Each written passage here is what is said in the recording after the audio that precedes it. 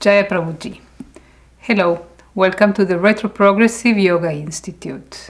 My name is Swami Omkarananda. I am a disciple of Prabhuji since 1997, and in this institute I share my reflections and my understandings on the message of Prabhuji.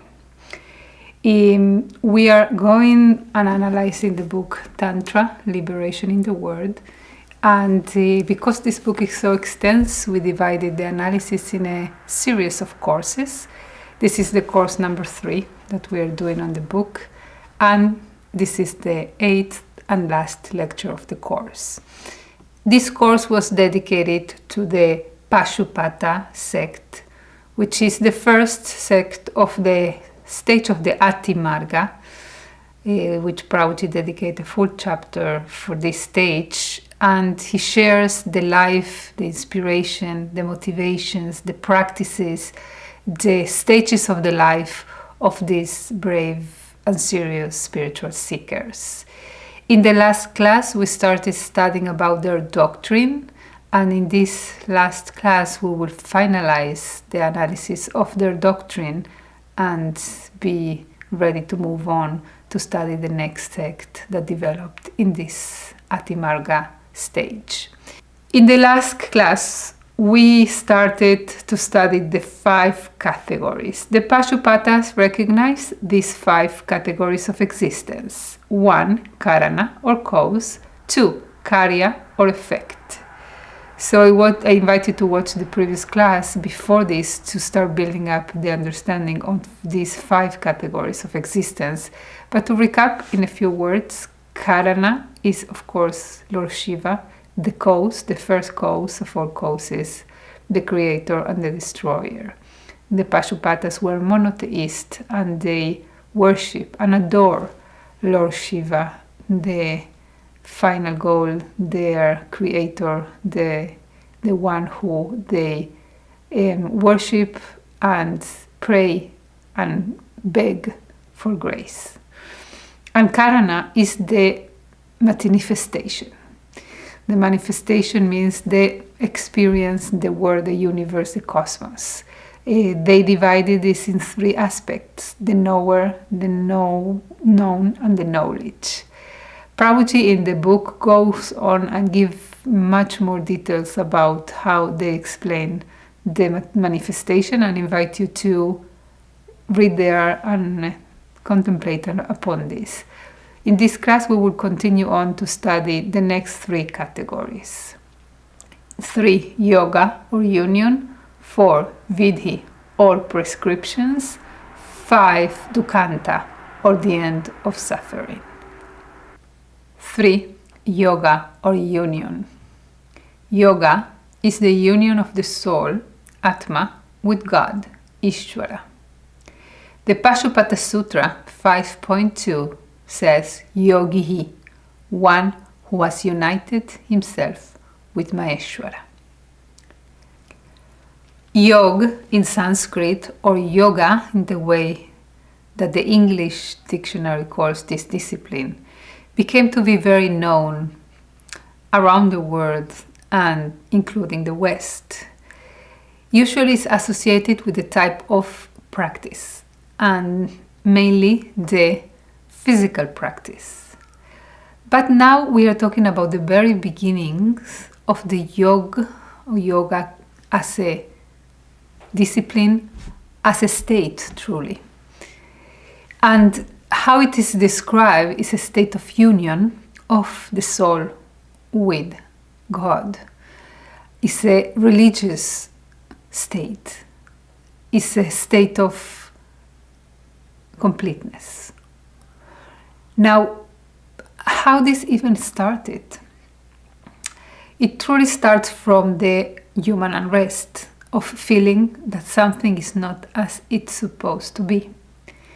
That when I am separated, when I'm not in yoga, I am incomplete, I am bewildered, I am confused, I am anxious, and I feel that something needs to be different.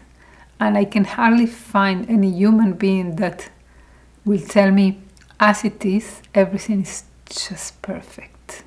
I will know that if this is a sincere statement, something this person discovered.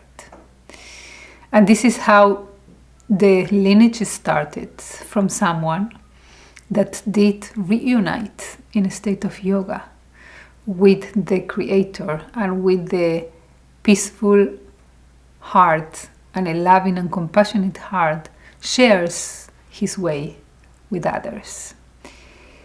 Now, if we go deep and we'll analyze, we will see that this path is full of, I would say, contradictions. They are not contradictions from the point of view of the absolute.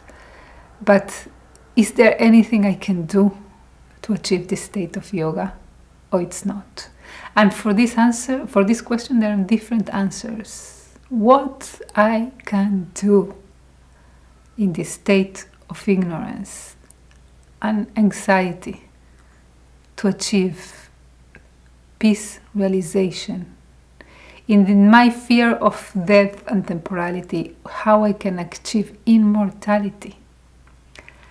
And for this question, there were many answers along the years, along the cultures, and even from within the Indian spirituality. And this is how we see different darshanas, different visions or points of view that were, we can say it's philosophical schools, although Prabhuji not totally agree with this description, because it's much more than a philosophy. It's not some intellectual interpretation of life or reality. It's a path for self-realization. So it's a schools or path or lineages that aim for the direct experience.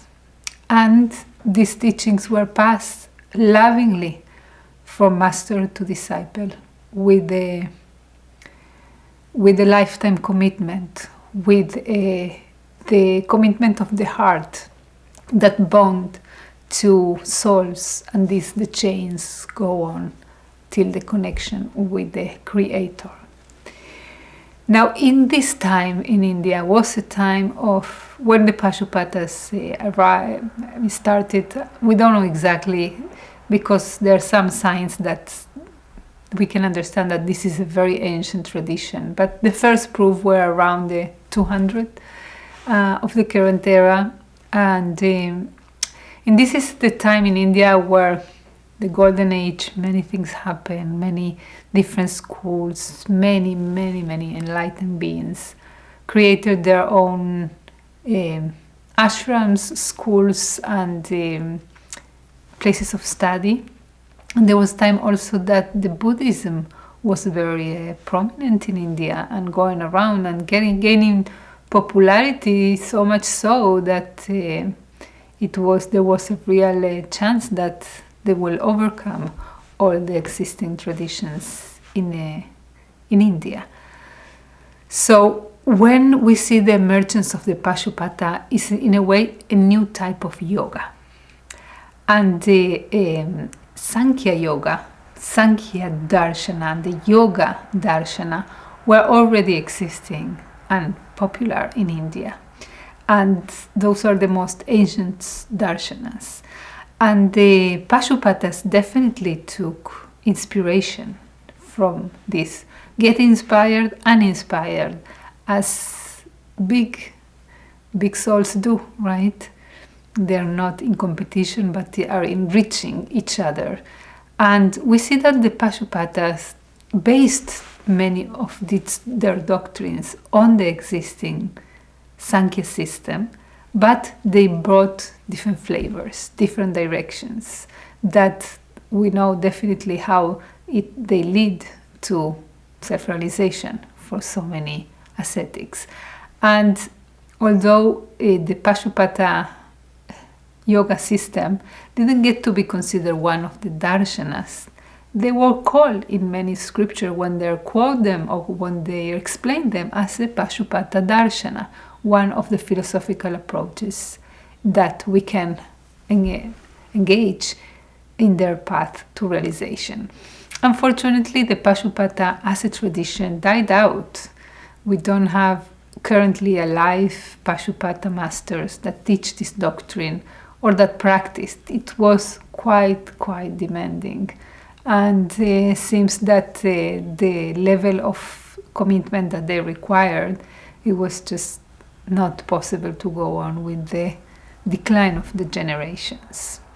But yet, almost 2000 years after, when somebody like Prabhuji tells us the tales of the Pashu-patas, we can be filled with inspiration and with the call to commit, to understand what is the game of spirituality.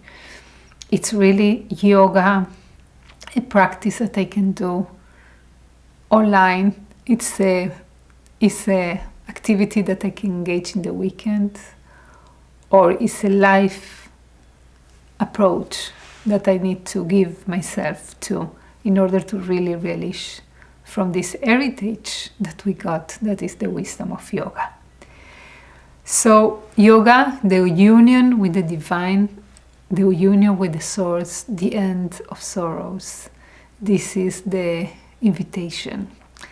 To start to understand better what were the new flavors and approaches brought from the Pashu-patas, we will do a small comparison of what was the existing Sāṅkhya-yoga system, which might be that many of you are familiar with, because we do study the Patanjali yoga system in the current age, and the Pāśupata forgotten system that, although it's not practiced currently, it put the basis, a very strong basis, for the later developments of the Pashu-patas, Lakulas, Kapalikas, and later on, of course, the Tantric revelation, which is the topic of the book. So let's compare. Sāṅkhya-yoga sees reality as composed of two independent principles: Purusha, consciousness or spirit, and Prakriti, nature or matter. Following the Pāśupata-yoga, the Pashu-patas were monotheists, and as such, they worshipped Lord Shiva as the only god. Sāṅkhya was an analytical study of reality. It was almost a science. Sāṅkhya means numbering, so they numbered the categories of the material manifestation, and they relate to the matter, the origin of nature, Prakriti. We see it's a beautiful philosophical and even logical school that use the intellectual analysis to understand reality and ultimately to achieve yoga, to achieve the union. The Sāṅkhya system was more the theoretical system of the doctrinal system, and the Darshana yoga was the practical way to achieve it. So it's a fascinating darshana by itself. It's a dualistic darshana. They saw that must be two things, that they're both causes, both first causes, because there is such a difference between them. One is the conscious spirit that is all-pervading, unchanging, eternal, immaterial. Its awareness is the spirit, and the other one is whatever is matter, that is temporal, it has a beginning and end. And they did a fascinating analysis of the Prakriti, the three gunas, which will not go into the Sāṅkhya-yoga, but I invite you to go deeper into it. And all the analysis of the cause and the effect, the Pāśupatas took much from this darshana, and they described the effect as all the 24, 25 categories of the Sāṅkhya-yoga. But they brought the one, everything that is above all this material manifestation, and this is Shiva, is for how they saw it, a step forward towards the union with the divine, because they were not only yogis that practice yoga, but they were bhaktas, that they engage in a loving relationship with the divine. As for love, we need to be a lover, otherwise how love will happen? And for love, we need to have certain amount of freedom to choose if to love or not. Otherwise, we will be robots. It will not be love. Love can only appear in freedom. So they assign to the soul the degree of freedom to choose if to love the beloved or the creator, or to love the world. And by their system, until we don't realize the level of suffering that the disconnection from the divine can cause, so we will not engage in this sacrifice. Really, we need to sacrifice the world in order to reunite. They were ascetics, they were austere seekers. This is how they saw that we need to, in order to unite with Shiva, we need to liberate from the entanglement of this world. Later on, the Tantra will take the same dilemma and bring a totally different way to approach it, and that's why the Tantric revelation was something else. It was something completely different. In the beginning, it was considered a parallel revelation to the Vedas. This is the Vedic system, ancient system, including the 6 orthodox darshanas, including the Pashu-patas. They were considered Vedic and following the Vedic principles. And then came the Tantra, as if it was a completely different religion, as Buddhism was, as Jainism was, as Christianity was. It's a different system. But with time, the Tantra was growing in influence, and we will study in this book explains very in depth why it was growing in influence until it was embraced by the Vedic Orthodox systems as part of it, as a natural development out of the urge and curiosity and wonder of the seekers. So we have Prakriti and Purusha as a dualist system, and we have the system of the Pashu-patas was monotheist, was theist, with the Lord, with the God, with the Creator, and the path to achieve the union within the yoga that we are discussing was the path of the heart. In Sāṅkhya, the way to achieve yoga was by self-effort to cultivate purity by the eightfold yoga or Ashtanga-yoga. In the Pāśupata, the emphasis it was upon earning the grace of Shiva. Ashtanga-yoga is quite known in the West as a system of 8 stages that starts by yama, niyama, asana, pranayama, pratyahara, dharana, dhyan, samadhi.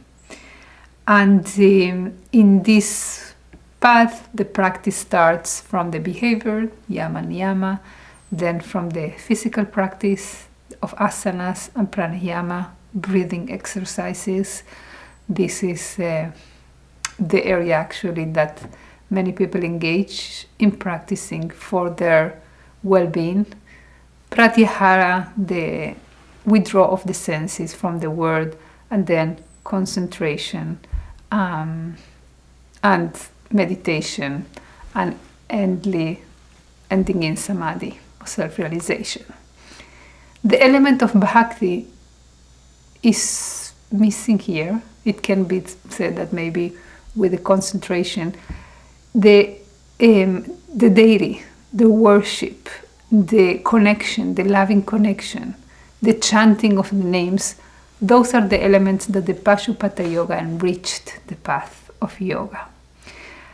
And moreover, he said you can do many efforts, but only Shiva, only the grace of the beyond can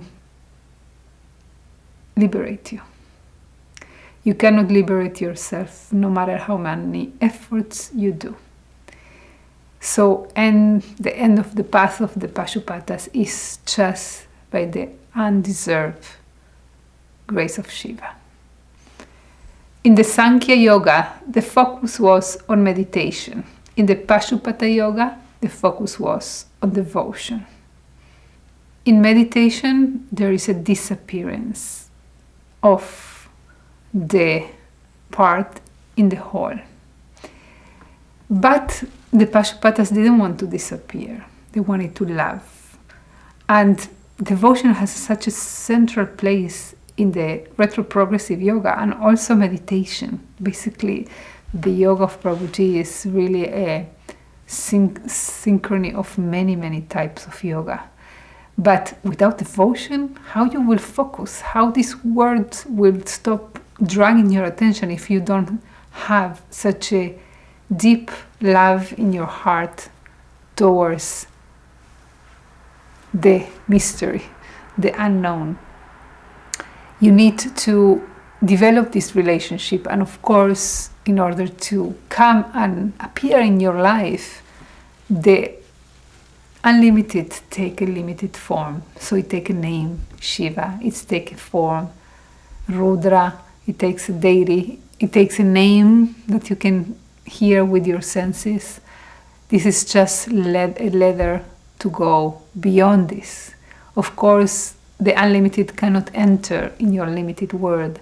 The whole cannot fit in the part, but you can open an opening. This is the opening from which the devotion can flow and the union can start, the yoga can start. So Pāśupata says will not be yoga without devotion. In Sāṅkhya-yoga, the final aim is to merge in the self and lose individuality, samadhi or intense self-absorption. In Pāśupata-yoga, liberation is Shiva Samya, a transfer of the qualities of Shiva, such as omniscience. Liberation is not the fusion of God and the soul, but a state of no suffering, Duḥkhānta.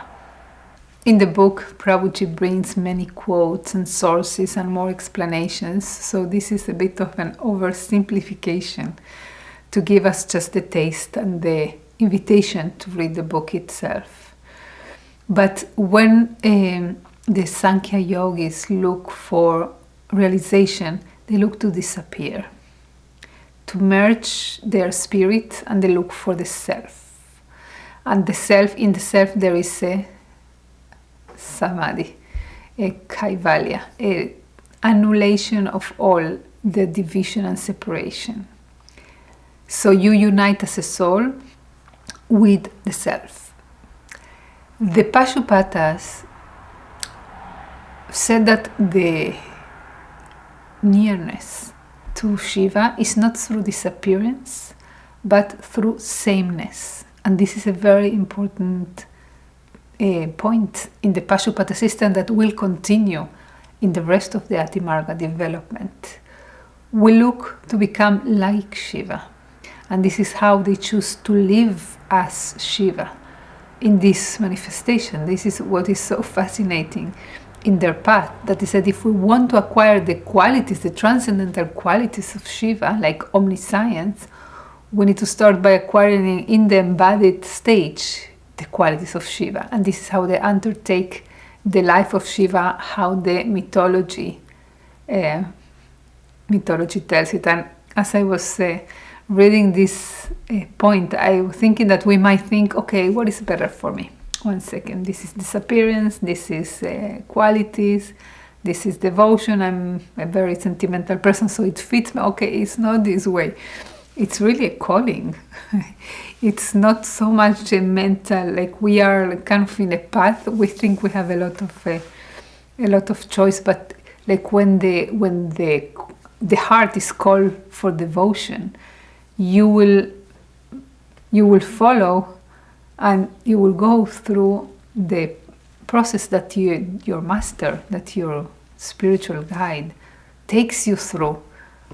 Because as long as you are in control and you are the one who decides, and you are like your mind is stronger than your soul, you might choose the things that are good for the mind. And usually what they are, we know them very well. What makes you look better in front of eyes, what gives you more comfort, what gives me more reputation. Those are the values of the egoic values of the mind. But we talk about the aspect that is our true nature, that doesn't recognize this distinction, It's not in the game or in the race of the society, of the humanity, of the ignorance.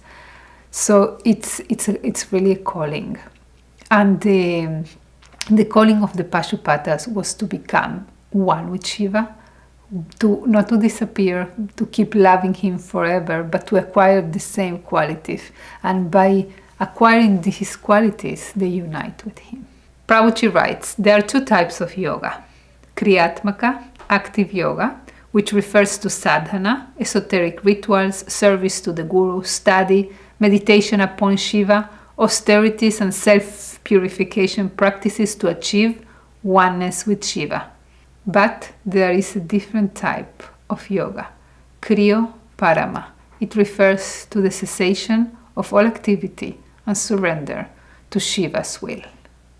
There are two types of yoga, the yoga of the self-effort and the yoga of the divine grace.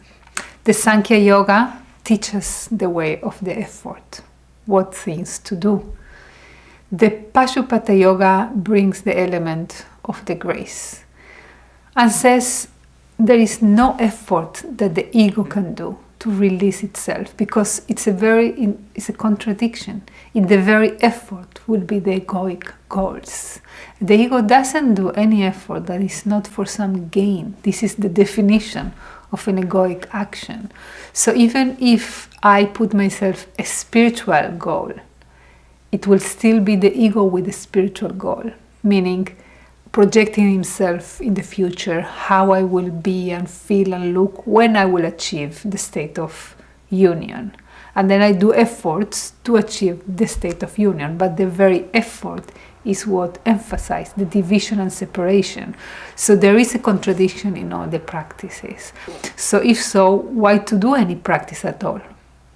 What is for? If by doing practice I get only farther from what I want.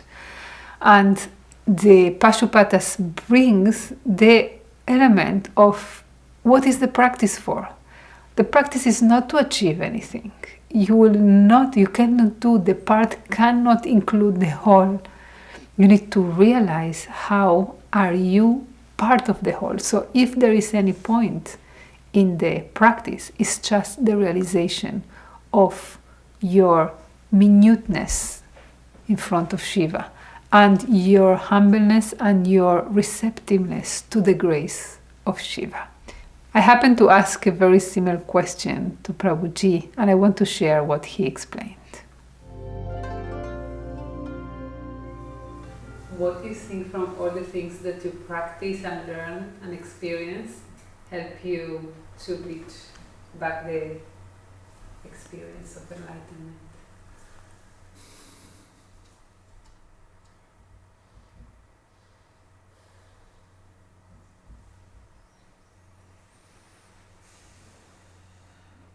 The problem is that your question comes from already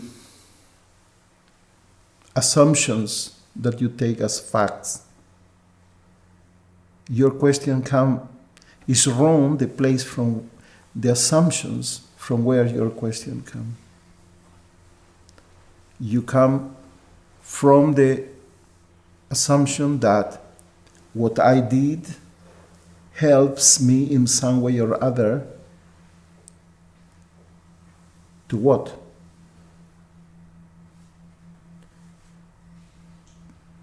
It's like something of what I did was the solution to a problem. So it's totally wrong, the assumptions in what you base your question. You understand what I mean? Mm. Check your question, your answers before you make questions and look answers from me. Mm. Because your question comes from your answers. Nothing can help you because it's not need in that sense, that something you do or helps you, you don't need a solution because you are the solution. Here we can see the approach of retroprogressive yoga towards practice. I was asking Prabhuji how you reach this state of realization, what helped you to become enlightened. And as very often, Prabhuji didn't give me an answer, but sent me back to check my question. It's very common that Prabhuji, first of all, doesn't give the same answer to everyone, but usually doesn't give answers at all. Because he said that in the question, you can find the answer. So check why you ask, what help? What yoga can I perform? What is the best system? Sāṅkhya-yoga, Ashtanga-yoga, Pāśupata-yoga, Bhakti-yoga. What is the best? And you practice so many, Prabhuji. You did so many practices, something from all the many paths, different religions, things that you study, people that you met. What you can point out to say will help you. So there are a few assumptions here. One, that there is something that helps, that something can lead you to self-realization. But deeper than that, Prabhuji points on the assumption that there is a problem to solve, and the spiritual path is the solution for that problem. What is the problem? Can you point out the problem? There is no problem. You assume that there is a problem, and then you waste your life looking for a solution. But if you observe, you will see that you are the solution. And that's scripted. I am the solution. Actually, I am the problem. There is no way to run away when Prabhuji is guiding. You need to get to this ultimate question, who I am. Who I am really. And nobody can give you the answer. People can define you, can give you concepts, but only you, in the deepest of your awareness, can discover yourself. And this is the state of yoga, the state of union between what I think I am with what I truly am. As Prabhuji explains, it's not a union, it's just a recognition that there was never separation, so there was never a problem, and there was never a need for a solution. So what is the spiritual path actually? What we needed at all? Not to achieve something, but to help clean whatever is unnecessary and stay with whatever always was. Prabhuji sometimes compares the spiritual path to a sculpture.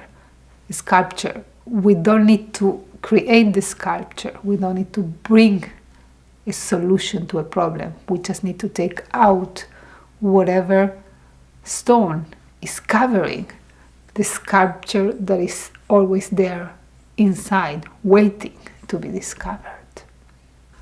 4. Vidhi, or prescriptions. Prabhuji says, it refers to observances and means to earn the grace of Shiva through worship and transformative practices. It is divided into vows, Vratas, and means, Dvāras. We learn they undertook serious Vratas, demanding Vratas. They had to be motivated by love, because otherwise they would give up. Moreover, this was an initiatory sect. You cannot start even this path without a spiritual master recognizing your potential, your seriousness, and the divine spark in your heart that they recognized, they knew how to spot this little light that will help you to overcome all the difficulties on the way. But the grace of Shiva cannot be a business. You cannot pay with your sadhana and get the reward of the realization. It needs to be a path of lovers. And you do it for love, even if you break my heart, as Lord Chaitanya said, without being present before me. I will love you unconditionally. You are my ever well-wisher. I will always love you, no matter how you reciprocate, because this is love. This is the nature of love. If love is for reciprocation, so this is interest. This is an exchange. This is a transaction, transactional love. We are going towards unconditional love. And what Prabhuji said is a transformative practice. What it transformed? It transformed Shiva? No, it transformed me. And in which it transformed? In a worthy seeker that it's deserved the realization? No. It transformed me in a unconditional waiting. Every expectation is part of the illusion. And it's spoiling the illusion, spoiling the path, because I am projected to the future. This is the beauty of love, and he said that God is love, and the Pashu-patas were crazy lovers. They were ecstatic lovers, and they knew that just let me love Shiva in my heart. That is more than enough. That is a grace by itself. To have love for God, who am I? To know, to love Him, it's too much. What I can want more than that. So their vows and the means that they use, it was a way to express this love, to celebrate this love, and to become unconditional waiting. More than that is just grace. And grace you cannot demand. It's defeat the purpose of the grace. You cannot expect. Grace is unexpected. You cannot deserve. Grace is not something that you deserve. That's why it's grace. It's not a reward. They knew that there is so much karma that there is nothing that we can possibly do in a limited human incarnation to get rid of all the karma. But if Shiva look at me from the side and give me a glance, that is the end of all my karma. And they try to just become one with Shiva by changing their human lives and living as if they're Shiva walking on earth. And why? Because I want to be one with him. And in this state of separation, I am busy with so many other things. I'm busy with the body, and this is how they undertook austerities. I will neglect the body. I will let only Shiva to feed me. If I manage to awake the compassion of Shiva by undertaking the most difficult things, and they took it all the way, not feeding themselves, not depending, not accumulating, not stealing, not lying, all the means of the ego to survive in this world. No, I am completely defeated. If you care for me as you care for the deers in the forest. Care for me. I don't want to be in this state of human egoic phenomenon. I want to merge with you. I want to become one with you. So they took the Vratas and the means, the Vratas and the Dvāras. So let's study them separately. Vows, Vratas, include bathing and lying in ashes, and upahara, jubilation, which has 6 components: laughter, singing, glorifying Lord Shiva, dancing, hudup sound, repetition of mantras, japa, and offering respectful obeisance. The life of these seekers was a life of celebrating their love for Shiva. It was dance, sing, repeat the names, unite in their joy of life, and while not getting their joy from anything material, but only from the glorification, from the connection, from the love that overflowed their hearts. And by this love is the only glue. Prabhuji calls it many times devotion as the glue, that you are in separation, but there is something that is a magnet, and the love is a magnet. So they cultivated this love, and they focus on their solitude, and they said, I will get or from you or from nothing in this world. This is my commitment. And how Shiva will not pay attention to these unique souls that they understood something. They got enchanted by a drop in their heart, and they cultivate and they cultivate, and they made from this their life and their only reason to be alive. So this is how they reconnect with the beloved through these vows. Dvāras, or means.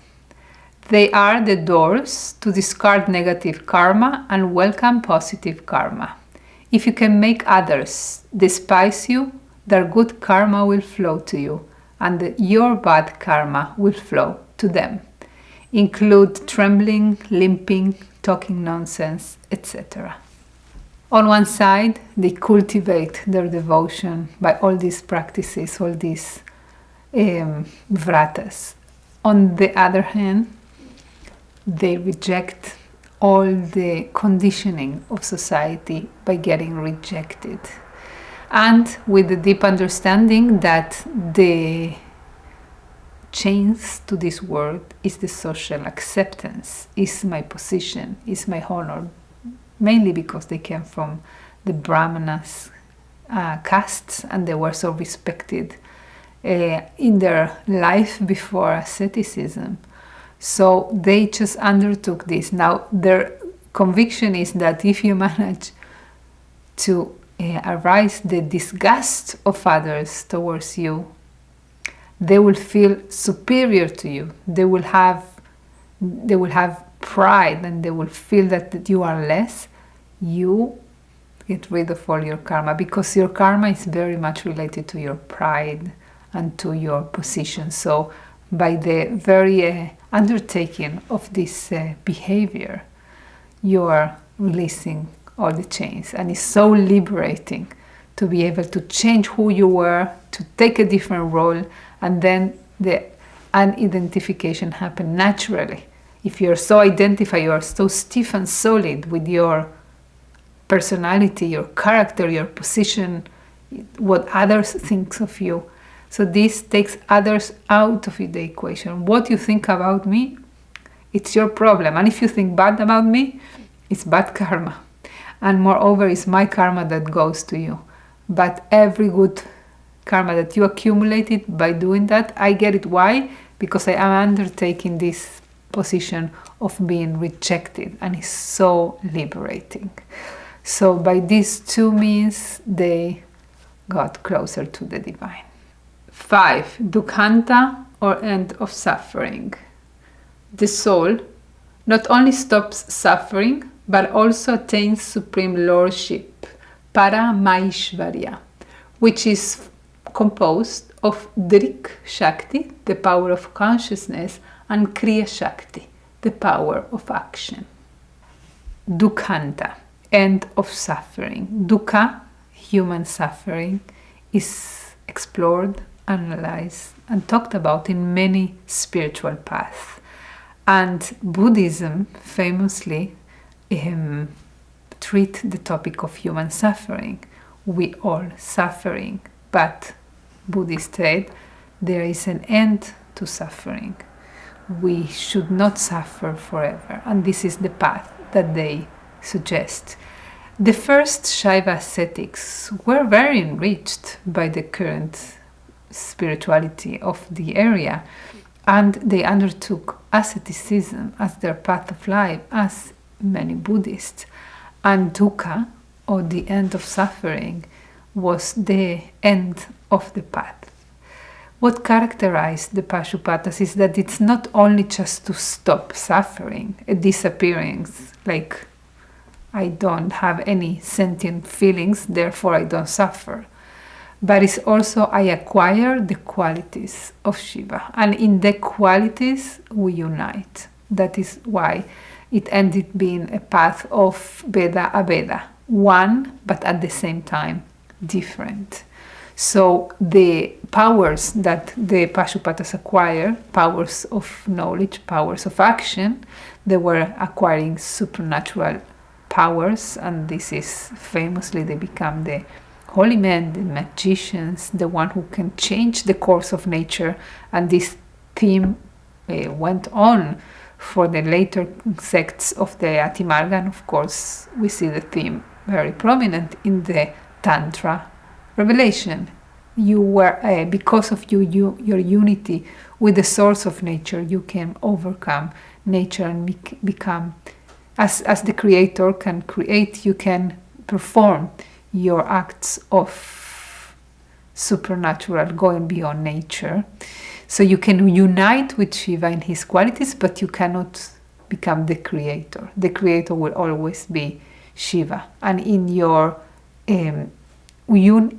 oneness with Shiva, you meet him in the nature.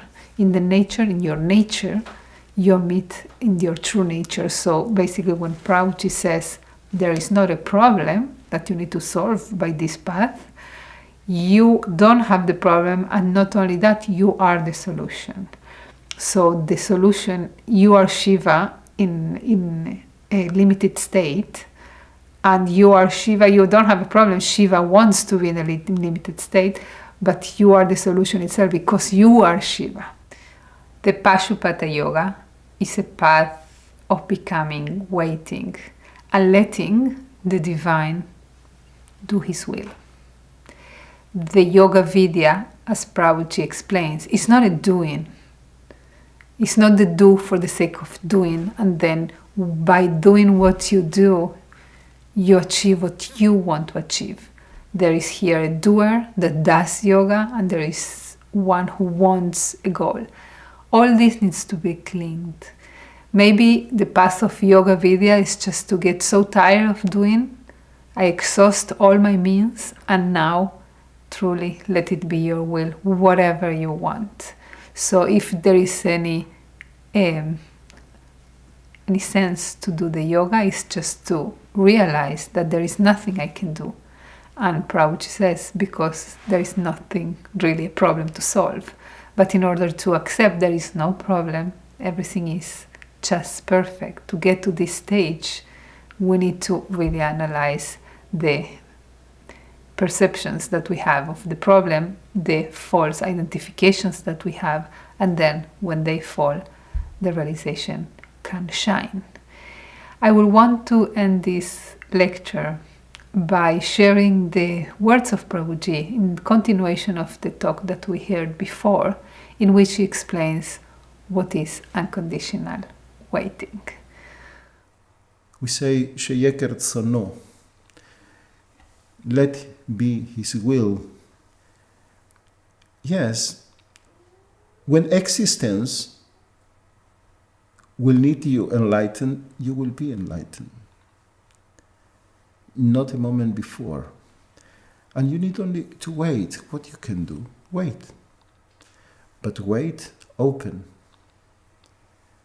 with your doors open, accessible. Put down your defenses. That is what you can work, but that is not something that will make enlightenment come before, because it's not something that comes, it's your recognition. At the moment you will be waiting, and an unconditional waiting,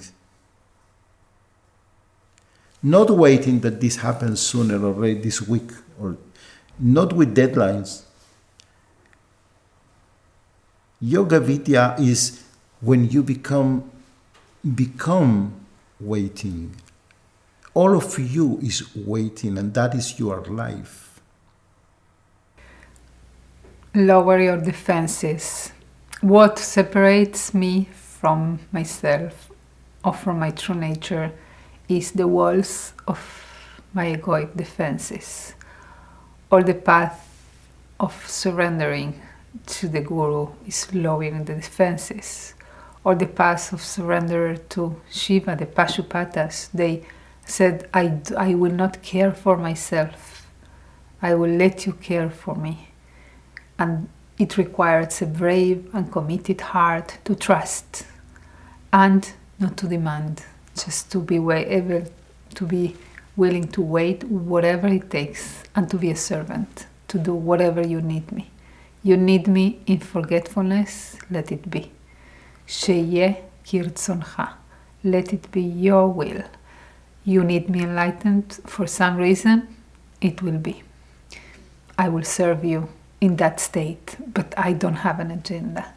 I don't have a will, because all our problem is, Prabhuji said, you have not a problem. All our division is the desires. So now to desire enlightenment is just another desire. Not to desire Shiva is just another goal. Become unconditional waiting. And the unconditional is what, by doing all these practices, we need to make ourselves more subtle, and focus our attention instead of the future, the goals, the time, the expectations, the comfort, to focus on the source. It's an introspection of looking for my true nature and waiting that it will show itself. I cannot make it by my own hands.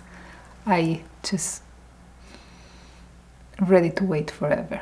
Yoga Vidya, he said, is just waiting with the open doors, because you can wait closed and with the fences, with the fist up. But if you manage to wait vulnerably, whatever it comes without demands, in this attitude you are already there, because it's a blissful state of unconditional acceptance of whatever comes. So the recognition that Prabhuji describes enlightenment as a state of recognition of whatever always have been there. I just was paying attention to my desires, goals, defenses, and aims. Therefore, I didn't have enough attention to pay attention to what always have been there. So with these inspiring words of Prabhuji, this priceless guidance really for everyone who is seeking to self-realization, encourage us to stop seeking and just to prepare the waiting, to open the doors of our soul for whatever comes. We will finish this course here, and we will have been enriched with the path of the Pashu-patas as it had been viewed through the eyes of Prabhuji. And this is the beauty of his books, that the enlightened being, the realized being, can understand the path of those beings who walk, realize, understood things, and he can explain us how they saw, what they chose, and what is the value of their discoveries that can reach our own path and can inspire our souls. In the next course, we will continue studying the Ati-marga, and we will go on to the next sect, which were the Lakulas, and we will also include the study of the very mysterious and fascinating Kapalikas. Thank you, Prabhuji, for all the details that you give in this book, for all the guidance that you give in between the lines, as if talking about the very ancient sects, but bringing their values to our life that can be so enriching for our own path. The path is the same, the soul goes on and on looking for the source. And when somebody like Prabhuji can enlighten the path and give direction, guidance, it's priceless, and I hope you can benefit from it as well. So, Jai Prabhuji, and we will meet in the next course.